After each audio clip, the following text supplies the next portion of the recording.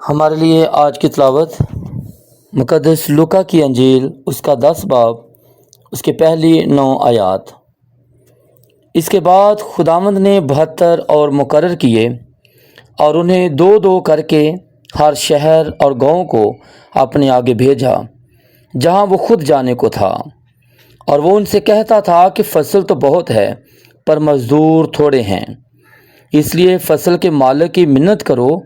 کہ وہ اپنی فصل کاٹنے کے لیے مزدور بھیج دے۔ جاؤ،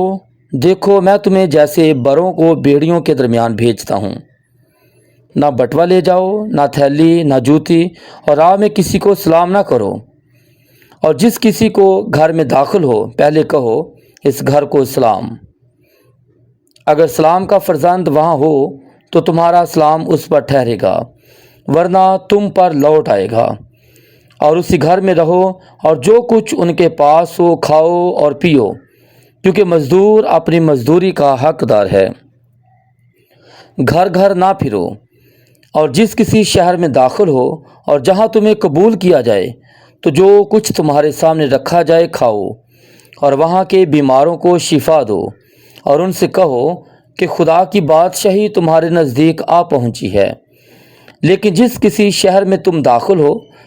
جہاں تمہیں قبول نہ کیا جائے، وہاں کے چوکوں پر جا کر کہو پاک کلام کے پڑھے اور سنے جانے پر خداوند کی برکت ہو۔ خدا کا شکر ہو۔ مسیح خداوند میں میرے عزیزو، مکاشفہ کی کتاب اس کے پہلے باب میں لکھا ہے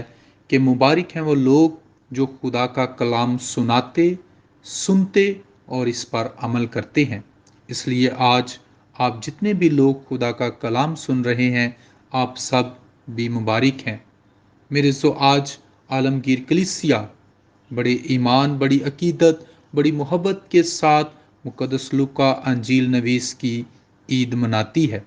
مقدس لوکا خداوند یسوع مسیح کے ابتدائی شاگردوں میں شامل نہیں تھے، بلکہ مقدس لوکا مقدس پالوس رسول کے بڑے تابعدار اور فرما بردار شاگرد تھے، اور مقدس لوکا کا تعلق غیر قوم سے تھا، یعنی وہ غیر یہودی تھا۔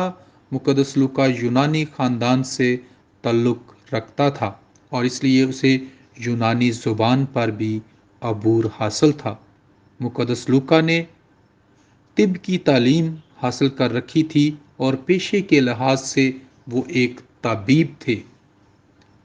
اور اس کے ساتھ ساتھ اگر ہم دیکھیں تو بائبل مقدس میں مقدس لوکا کی 2 تحریریں موجود ہیں، مقدس لوکا کی انجیل اور رسولوں کے اعمال کی کتاب، جسے ہم روح القدس کی انجیل بھی کہتے ہیں۔ مقدس لوکا نے اپنی تحریریں نہ صرف یہودیوں کے لیے یا مسیحیوں کے لیے، بلکہ مقدس لوکا اپنی تحریریں جو ہے وہ تمام لوگوں کے لیے، بلکہ غیر اقوام کے لیے بھی تحریر کرتا ہے، اور وہ خدا یسوع مسیح کو تمام لوگوں بلکہ ساری خلقت کے نجات دہندہ کے طور پر پیش کرتا ہے۔ آج کی پہلی تلاوت میں ہم سنیں گے کہ مقدس پالوس رسول جو ہیں وہ اپنے شاگرد تیموتھوس کو خط لکھتے ہیں، اور اس خط میں وہ اسے بتاتا ہے کہ وہ تمام لوگ جو اپنی خواہشوں کے لیے اس کے ساتھ چلے تھے یا اس کے شاگرد بنے تھے، وہ اسے چھوڑ کر چلے گئے ہیں، لیکن ایک شخص اس کے ساتھ ہے، اور وہ مقدس لوکا ہے، جو اس کا تابعدار ہے، اس کا فرما بردار ہے، اور اس کے تمام احکام کے مطابق اپنی زندگی بسر کر رہا ہے۔ میرے آج میں اور آپ ہم بھی خدا کے شاگرد ہیں،